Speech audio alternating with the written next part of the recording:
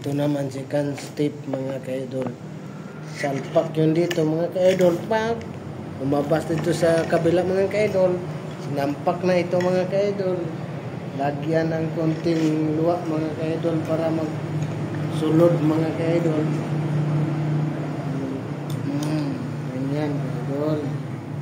Lagyan mo ng kamay ng luwa-luwa mga ka-idol diya o. Yun. Isulod mo tayo ng ganitong bolt. Yan mga ka-idol, isulod tayo na siya mga ka-idol. Tapos yung isa ilagay Japon mga ka-idol.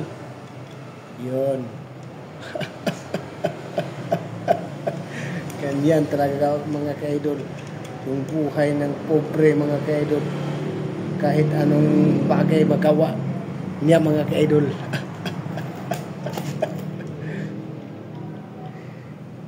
Ito mga ka-idol, tingnan mo mga ka-idol kung anong gagawin ko mga ka-idol ha.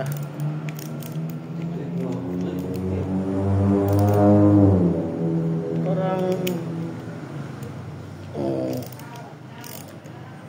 ganyan talaga ka-idol. Ganyan talaga ka-idol. Tingnan mo lang mga ka-idol.